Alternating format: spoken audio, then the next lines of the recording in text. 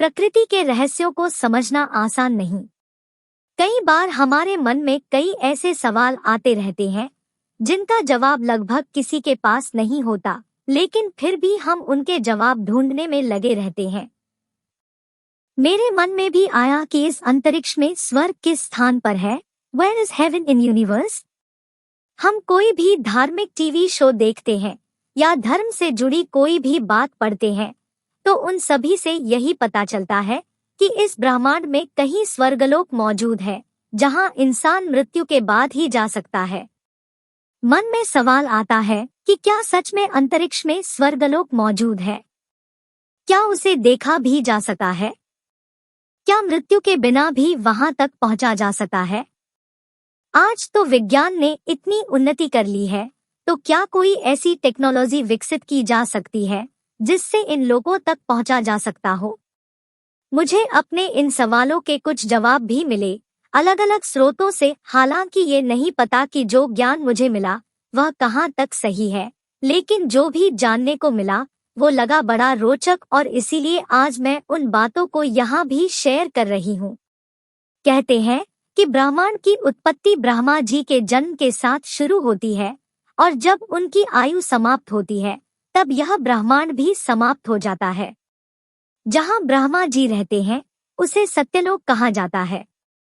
जहाँ भगवान विष्णु और लक्ष्मी जी का निवास है उसे बैकुंठ कहते हैं, जहाँ पहुँचना ही मोक्ष कहलाता है।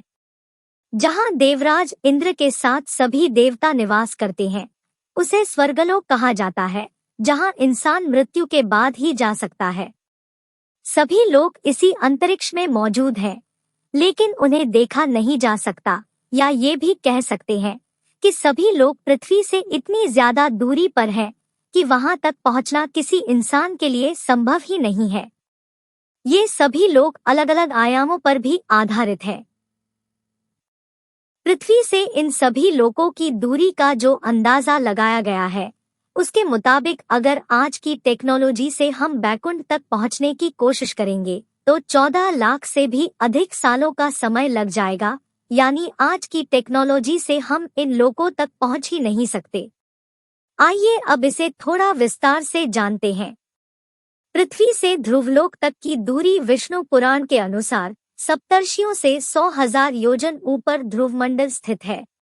भगवान विष्णु ने ही अपने परम भक्त ध्रुव के नाम पर ध्रुवलोक का नामकरण किया है। ध्रुव तारे को पोल स्टार भी कहा जाता है क्योंकि पृथ्वी के हर स्थान से यह तारा उत्तर दिशा में ही नजर आता है। पृथ्वी की ध्रुव तारे से दूरी लगभग 433 प्रकाश वर्ष बताई जाती है। यानी यदि हम प्रकाश की गति से भी ध्रुव तारे तक पहुंचने का प्रयास करेंगे तो भी 433 वर्ष लग जाएंगे। ध्रुवलोक से महरलोक तक की दूरी।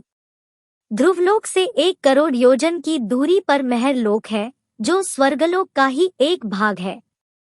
कहा जाता है कि इस लोक का वातावरण बेहद खुशनुमा और खूबसूरत है। पुराणों के अनुसार जो लोग जीवन भर सामान्य इंसान की तरह रहते हैं और जानबूझकर किसी के साथ बुरा नहीं करते, वे मृत्यु के बाद इसी लोक में जाते हैं। यहाँ वे सभी आत्माएं बहुत सुख सुविधा से रहती हैं। महरलोक से जनलोक तक की दूरी।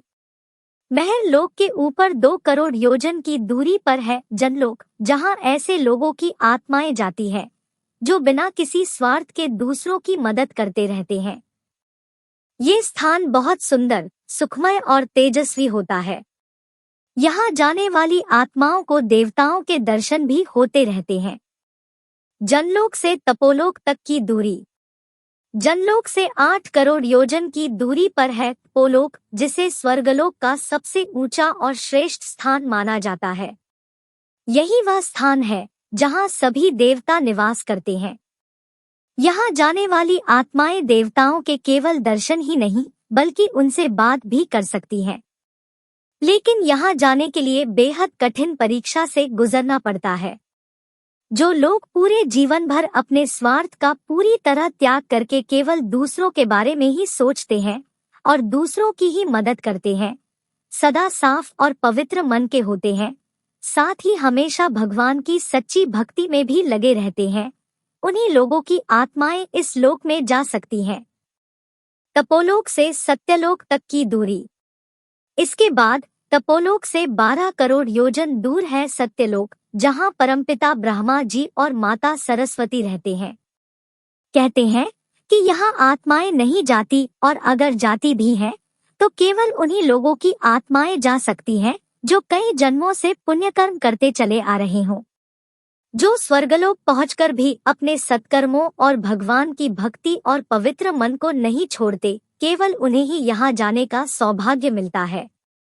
सत्यलोक तक के सभी लोक हमारे इसी ब्रह्मांड में मौजूद हैं। सत्यलोक से बैकुंठ तक की दूरी। सत्यलोक से 2 करोड़ 62 लाख योजन को दूरी पर है बैकुंठ लोक, जहां निवास करते हैं भगवान विष्णु और माता लक्ष्मी। बैकुंठ तक जाने को ही मोक्ष कहा जाता है। यहाँ जैसी सुख सुविधा और कहीं नहीं, इसीलिए लगभग हर इंसान का अंतिम लक्ष्य मोक्ष को ही प्राप्त करना होता है, और यही अंतिम सत्य भी है, क्योंकि यहाँ जाने के बाद जन्म मरण या हर तरह के बंधन से मुक्ति मिल जाती है और रह जाता है केवल सुख ही सुख। हालांकि पुराणों के अनुसार बैकुंठ से भी ऊपर है गोलोक, वैकुंठ से 50 करोड़ योजन की दूरी पर, जहां भगवान श्री कृष्ण और राधा जी निवास करते हैं, जो कि भगवान विष्णु और माता लक्ष्मी जी के ही स्वरूप है। इस तरह पृथ्वी से बैकुंठ तक की दूरी अब अगर सभी दूरियों को मिला लिया जाए और 1 योजन 12 किलोमीटर माने तो पृथ्वी से बैकुंठ तक की दूरी हुई लगभग 4, 10, 40, 0, 0, 0, 0, 0, 0, 0, 0, 0, 0, 0, 4 पदम 10 मील 40 खरब, यानी 4 क्वाड्रिलियन 104 किलोमीटर से भी बहुत ज्यादा। आशा है आपको जानकारी पसंद आई होगी। हमारे साथ जुड़े रहने के लिए बेल और सब्सक्राइब बटन दबाएं। कमेंट करें और लाइक भी करें।